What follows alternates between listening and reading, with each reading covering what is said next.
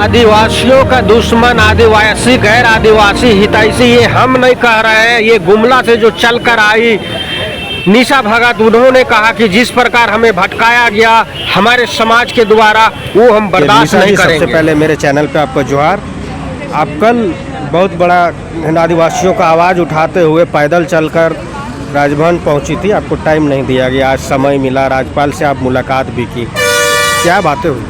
सबसे पहले आपके चैनल के माध्यम से जो मुझे देख रहे हैं उनको नमस्कार है, जोहार है, जय धर्म। चूँकि कल हम लोग मुलाकात इसलिए नहीं कर पाए क्योंकि हमने समाज के ऐसे लोगों को प्रतिनिधित्व करने के लिए दिया था जो सिर्फ हवा में काम करते हैं, और मुझे लगा था कि वो काम कर पाएंगे, लेकिन किसी कारणवश वो नहीं ले पाए और बाहर से वो ज्ञापन दे करके वो जाना चाह रहे थे। लेकिन मेरा जो दिली इच्छा था कि मैं महामहिम राज्यपाल महोदय से मिलूं, क्योंकि हमारे झारखंड के मुख्यमंत्री जी का जो है निर्णय लेना चाहिए पेशा अधिनियम कानून को लेकर के, वो निर्णय नहीं ले पा रहे हैं। चूँकि हमारे 28 विधायक जो है आदिवासियों का जो सीट है उसमें से 10 विधायक ऐसे हैं जो धर्मांतरित हैं।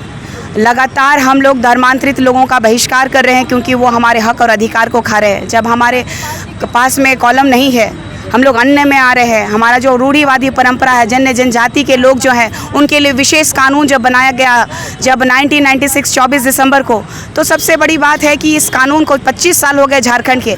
इस 25 सालों में कम से कम एक विधायक, एक मंत्री, एक मुख्यमंत्री को तो आगाज़ करना था, लेकिन किसी ने सूद नहीं लिया और इस झारखंड को लगातार लूटते रहे। जल, जंगल, ज़मीन, खनिज संपदा से भरपूर है ये। हमारे अगर ग्राम सभा को मान्यता मिलता है तो इन बिचौलियों को, इन दलालों को का जो पैसे कमाने का, जो रोजी रोटी कमाने का या झारखंड को लूटने का जो धंधा है ये बंद हो जाएगा। इसी वजह से मुझे नहीं लगता है कि माननीय मुख्यमंत्री जी का ये पहल होगा, क्योंकि 10 विधायक उनके पास से धर्मांतरित, अगर वो आवाज़ उठाते हैं, अगर पेशा अधिनियम लागू करते हैं तो उनके 10 के 10 सीट गिर जाएंगे। क्योंकि यदि अगर आप हिंदू, मुस्लिम, सिख, ईसाई में कन्वर्टेड हो चुके हैं, अगर आप चले गए हैं तो हमारे हक और अधिकार को खाने का आपको राइट्स नहीं है। क्योंकि 2017 में भी महामहिम राज्यपाल द्रौपदी मुर्मू जी थी, उसी टाइम में हमारे लिए धर्मांतरित बिल झारखंड के लिए लागू हुआ, क्योंकि बहुत ही बड़े पैमाने पे आदिवासी समाज दूसरे धर्मों को अपनाने पे लगे हुए हैं और लोभ लालच दिया जा रहा है, मासूम भोले भाली जनता को ठगने का काम किया जा रहा है। तो हमें एक उम्मीद है राज्यपाल महोदय से, कल तक तो रोष था, लेकिन आज मिले तो ऐसा प्रतीत हुआ कि महामहिम राज्यपाल रूढ़िवादी जनजातीय, रूढ़िवादी जो हमारे आदिवासी समाज के लोग हैं, हमारे आदिवासी जनजाति के जो लोग हैं उनके प्रति उनका स्नेह जो है आज मुझे देखने को मिला। और उन्हें एक विश्वास जताया कि हम बात करेंगे हमारे माननीय मुख्यमंत्री हेमंत सोरेन जी से कि हमारे 99% हमको पूरा उम्मीद है कि वो पेशा अधिनियम कानून 1996 को लागू करेंगे। निशा जी, सबसे बड़ी सवाल है कि झारखंड 25 साल का हो गया, इसमें से 5 साल गैर आदिवासी मुख्यमंत्री रहे, बाकी जितने भी दिन रहे आदिवासी मुख्यमंत्री रहे, और यहाँ राज्य में मुख्यमंत्री होते हुए फिर केंद्र में भी उगाए तो वहाँ भी मंत्री बने, लेकिन ये चीज़ कोई नहीं सोचा। आज आप उसके लिए प्रयास कर रहे हैं और आज भी आदिवासी मुख्यमंत्री हैं, राज्यपाल जो भी बोले, तो कैसे उम्मीद करते हैं कि फिर जो है आपकी बातों पे आगे बढ़ेगा? सबसे बड़ी बात है ना कि यहाँ आदिवासियों ने ही लूटा है जी। गैर आदिवासी अगर मुख्यमंत्री बने थे तो उन्होंने ही धर्मांतरित भी लागू किया था कि हमारा झारखंड संरक्षित हो पाए। ये दुर्भाग्य का विषय है कि हमारे लोगों ने ही हमारे लोगों को गुमराह किया और ठगने का काम किया, और हमारे लोगों में ही ऐसे कई दोगले समाजसेवी और प्रतिनिधि हैं जो मंत्री और मुख्यमंत्री रहे। तो ऐसे दोगले प्रवृत्ति के लोग कभी झारखंड का विकास नहीं कर सकते। लगातार लूटने का काम इन लोगों ने किया है। तो हमें वर्तमान की मुख्यमंत्री से कोई उम्मीद नहीं है, फिर भी एक आशा और उम्मीद रखते हैं महामहिम राज्यपाल महोदय से। तो आप क्या चाहते हैं? जरूरत पड़े तो मैं विपक्ष के विधायक को फ़ोन करूंगी, मिलूंगी, और विपक्ष के मंत्री विधायक से मिल करके सदन में, आने वाला सदन में मैं इस बात को रखाने का काम करूंगी। क्या लगता है कि गैर आदिवासी मुख्यमंत्री झारखंड में चाहिए? ये थी हमारे साथ निशा भगत जी, इनसे हमने बातें की और आज जो राज्यपाल से मिली और राज्यपाल से मिलने के बाद इन्होंने क्या बताया, लोग आप कमेंट के माध्यम से, मैसेज के माध्यम से सुझाव दीजिएगा। आगे भी इस तरह की खबर हम आपको दिखाते रहेंगे। कोई भी लाभ नहीं मिलेगा, और ये पहल उन्होंने बहुत अच्छी की थी, मैं सराहनीय करती हूँ, चाहे हमारे समाज से रहे चाहे नहीं रहे। निशा जी, आपके पापा भी साथ में है, अभी चुनाव होना है नगर निकाय का, और आप लोग जो है धर्मांतरित का मामला उठा रहे हैं। दूसरी चीज़ है कि पेशा एक्ट, मेसा एक्ट लागू नहीं हुआ है, इस पे असर पड़ेगा चुनाव पे? सबसे बड़ी बात है कि अगर पेशा अधिनियम लागू होगा तो ये नगर पालिका और नगर निगम की बात ही नहीं होगी, क्योंकि जब हमारे यहाँ पे अनुच्छेद 243 M4B के तहत हमारे लिए विशेष कानून बना था कि हमारे आदिवासी रूढ़िवादी जनजाति के लोग जहाँ वास करते हैं उनका विशेष ध्यान रखा जाए, उनके रीति रिवाज का ध्यान रखा जाए, उनके विकास को लेकर के एक कानून बना था। वो कानून ही पारित नहीं हुआ है, तो फिर इसके विषय में अभी का जो है माहौल जो है शहरी क्षेत्र में धर्मांतरित लोग और अन्य समुदाय के लोग प्रखरता से रहते हैं, तो इसमें हमारा भी योगदान रहेगा कि जो आदिवासी कम्युनिटी के लोग रहते हैं वो हम लोग चाहेंगे कि रूढ़िवादी परंपरा को जो मानने वाले लोग हैं उन्हीं को हम लोग चुनने का काम करेंगे। जो हमारे विकास में बाधा ना बन पाए, जो हमें ना लूट पाए, हम लोग कोशिश करेंगे कि उन्हीं को हम लोग प्रतिनिधि के रूप में लाने का काम करेंगे जब तक कि हमारा कानून लागू नहीं होता है। जनगणना की बात करने चल रही है, आप सरना कोड का और सरना धर्म का एक अलग कॉलम मांगा जा रहा है, उस पर आप क्या कहेंगे? चूँकि जब मैंने अध्ययन किया और सारी चीज़ों को जाना, क्योंकि सरना कोड के लिए मैंने भी कई बार हमारे केंद्रीय सरना समिति के अध्यक्ष फूलचंद तिर्की जी के नेतृत्व में रेल रोका, चक्का जाम किया, कई तरह के आंदोलन किए, लेकिन हमें कोई निष्कर्ष और निर्णय नहीं निकला। लेकिन जब मैं अध्ययन की तो मुझे पता चला कि कांग्रेस की सरकार जब केंद्र में थी 1961 में, उस टाइम में हमारा एक कॉलम था आदिवासी कॉलम, उसको हटा दिया गया।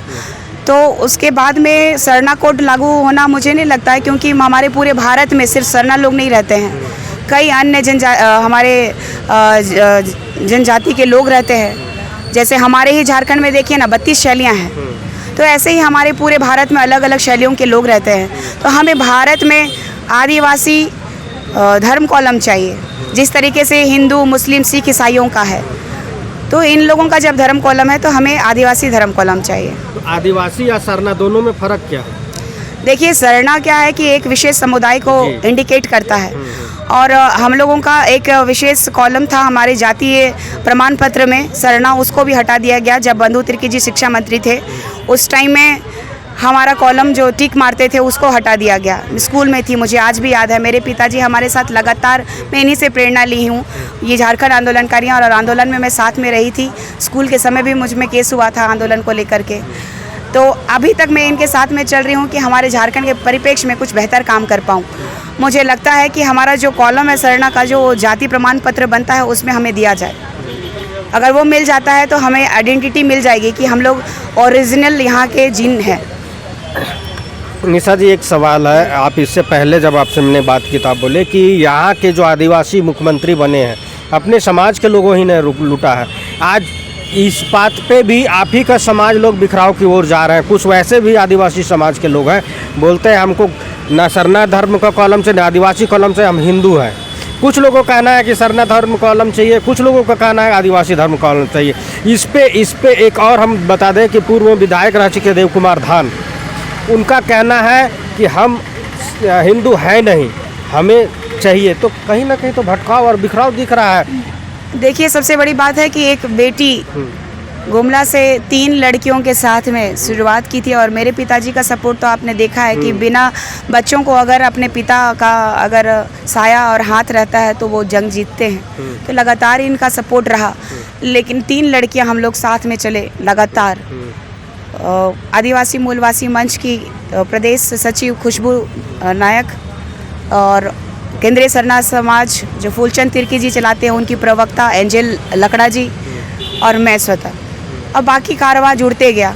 और समाज के कुछ ऐसे दलाल लोग भी आए कल कि मीडिया को गुमराह किया गया कि राज्य भवन में हमने ज्ञापन दे दिया। तो इससे पता चलता है कि हम लोगों को दिशाहीन कर रहे हैं लोग। और लगातार हमारे झारखंड राज्य में जो आदिवासी मुख्यमंत्री रहे, वो अगर चाहते तो हमारा पेशा अधिनियम कब का लागू हो चुका होता। आपने लगातार पूछा है मुझसे कि धर्मांतरित बिल को लेकर के, धर्मांतरित बिल तो गैर आदिवासी मुख्यमंत्री लेके आए, आभार है, धन्यवाद है उनका। लेकिन फिर भी यहाँ के लोगों को चैन नहीं मिल रहा है, गैर जमानती वारंट है इस पे, सजा होगी इस पे। लेकिन जो धर्मांतरित लोग हैं वो लोग अपना आदिवासी को ठेकेदार समझ लिए हैं और यहाँ तक भी कि धमका भी रहे हैं। मुझे भी धमकी मिली है, कई तरह की धमकी मिली है कि तुम आदिवासी क्रिश्चियन लोगों के बारे में, तो आदिवासी क्रिश्चियन है कहाँ? हिंदू मुस्लिम सिख ईसाई का कॉलम मिला हुआ है। लोग कह रहे हैं जाति को मानने का अधिकार है। अरे धर्म मानो ना, धर्म मानो तुम, हम भी मानते हैं, महादेव की भक्त हूँ। और आज भी मैं बिना खाए हुए यहाँ पे, जब तक मैं माननीय महामहिम राज्यपाल से नहीं मिलूंगी तब तक हमारे आदिवासियों की बातों को नहीं रखूंगी, रूढ़िवादी जनजाति के लोगों का बात नहीं रखूंगी, तब तक अन्न ग्रहण नहीं करूंगी, मैंने ये कहा था। और आज सबसे बड़ी बात है कि पुराने लोगों ने क्या किया, लेकिन एक बंदा था जो हमारे आदिवासी समाज में नहीं रहते हुए भी हमारे बहुत कोऑपरेट किया गया। अगर रहते तो और धर्मांतरण पे इतना काम होता कि इन लोगों को ना सांस लेने की जगह नहीं मिलती, क्योंकि पूरा क्षेत्र तो आदिवासी बहुल क्षेत्र है। आप मूलवासी बनिए, आप परिवर्तन कर लिए हैं, तो चाहे मैं भी हूँ, अगर मैं गैर आदिवासी लड़के से शादी करूँगी तो मैं स्वतः त्याग दूँगी। लेकिन यहाँ पे आदिवासी का हक और लोभ और लालच के लिए लोग आदिवासी बहू बेटियों के साथ शादी कर रहे हैं या फिर दूसरे धर्म को अपना रहे हैं, उसके बाद में हमारा आरक्षण खा रहे हैं, हमारा लाभ ले रहे हैं। तो ये दुर्भाग्य का विषय है। झारखंड में लगातार शिक्षा पे बात होनी चाहिए, स्वास्थ्य पे बात होनी चाहिए। आप ही देखिए ना, मीडिया को अभी हमारे वर्तमान के स्वास्थ्य मंत्री ने एक फरमान जारी कर दिया कि हमारा फुटेजेस नहीं चलाओ।